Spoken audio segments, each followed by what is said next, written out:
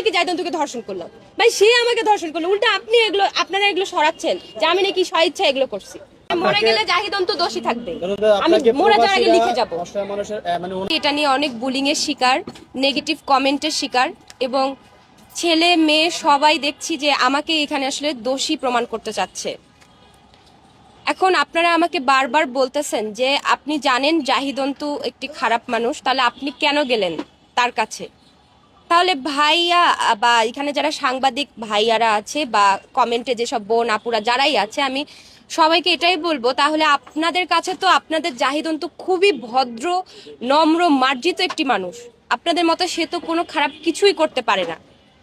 তো সে যদি এতটাই দুধে ধোয়া তুলসীর পাতা হয়, তাকে তাহলে একটু জিজ্ঞেস করবেন, আপনারা সবাই তাকে জিজ্ঞাসা করবেন যে আপনি যদি জানতেন যে ওরা মেয়েটি প্রতারক বা খারাপ, তাহলে আপনি তাকে কেন প্রোডাক্ট শুটের নাম করে তার অফিসে ডাকলেন এবং যাওয়ার পর দেখলাম অফিস প্লাস বাসা একই জায়গায়।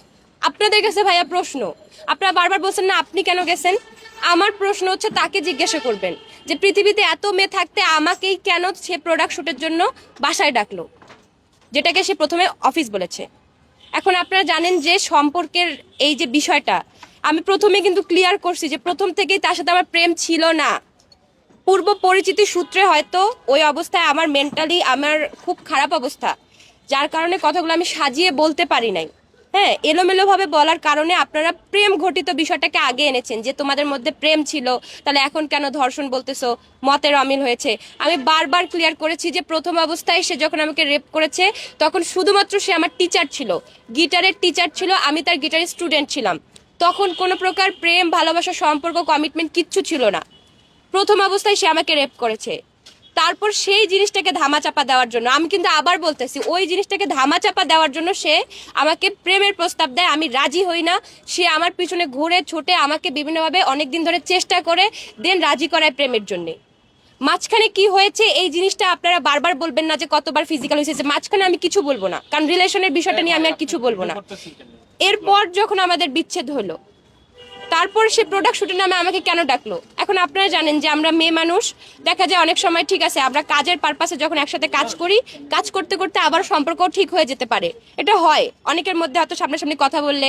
হ্যাঁ, যেহেতু আমিও পরবর্তীতে সম্পর্কে যাওয়ার পরে, আমি আবার বলছি সম্পর্কে যাওয়ার পরে তো আমি তাকে ভালোবেসে ফেলেছিলাম, তাই না? আমার তো একটা ইনার ফিলিংস ছিল তার জন্য। তো সেই খাতিরে একজন আমার প্রাক্তন হোক বা প্রেমিক বা স্বামী, ডিভোর্স যেই হোক, যদি ডাকে আপনি কি যাবেন না? আপনাদের কাছে প্রশ্ন ভাই, আপনারা কি যাবেন না? আপনার ডিভোর্স হিস্ট্রি যদি কোনো কারণে আপনাকে ডাকে, আপনি কি তার বাসায় যাবেন না? তাকে হেল্প করতে যাবেন না? বা তার যদি একটা প্রোডাক্ট ফটোশুটের নামে আমি তার অফিসে যাই, এটা কি আমার দোষ? তাকে 100 বার অ্যালার্ট করেছে, আমি আবারও তাদেরকে স্ক্রিনশটগুলো দেখাবো। আপনারা অনেকে এই যে খালু যে বিষয়টা নিয়েও ট্রল করেছেন, আমি অলরেডি পোস্ট করেছি, দেখুন তো। এই নাম্বারটা আমি খালু নামে সেভ করছি আমার প্রাইভেসির জন্য, কিন্তু নাম্বারটা তো কখনো ভুল হইতে পারে না ভাই। আপনারা তদন্ত করে দেখেন এই নাম্বারটা, আপনারা বলতে পারেন যে স্ক্রিনশটটা আমি সাজাইছি অন্য একটা নাম্বার দিয়ে, তার ছবির লোগো লাগায় আমি সাজাইছি চ্যাটিংগুলো, তাহলে নাম্বারটা মিল করে দেখেন না, তাহলে তো প্রুফ পাবেন আপনারা। সব দোষ আমার কেন দিচ্ছেন ভাই?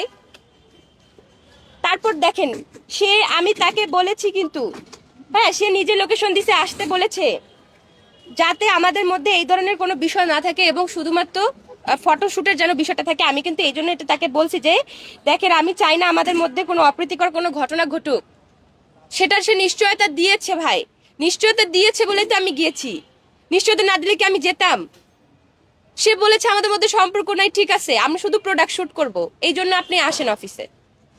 তারপর দেখেন, আমি কিন্তু বলছি যে না, আমি আসলে বাসায় মিট করতে চাই না, আমি বলছি এটা বাসা না তো, সে বলছে যে না, সে কলে আমাকে সেটা শিওর করছে। আমি বলছি যে বাসায় মিট করতে চাই না, আশেপাশে কোনো রেস্টুরেন্ট বা ক্যাফে থাকলে ওখানে আসুন।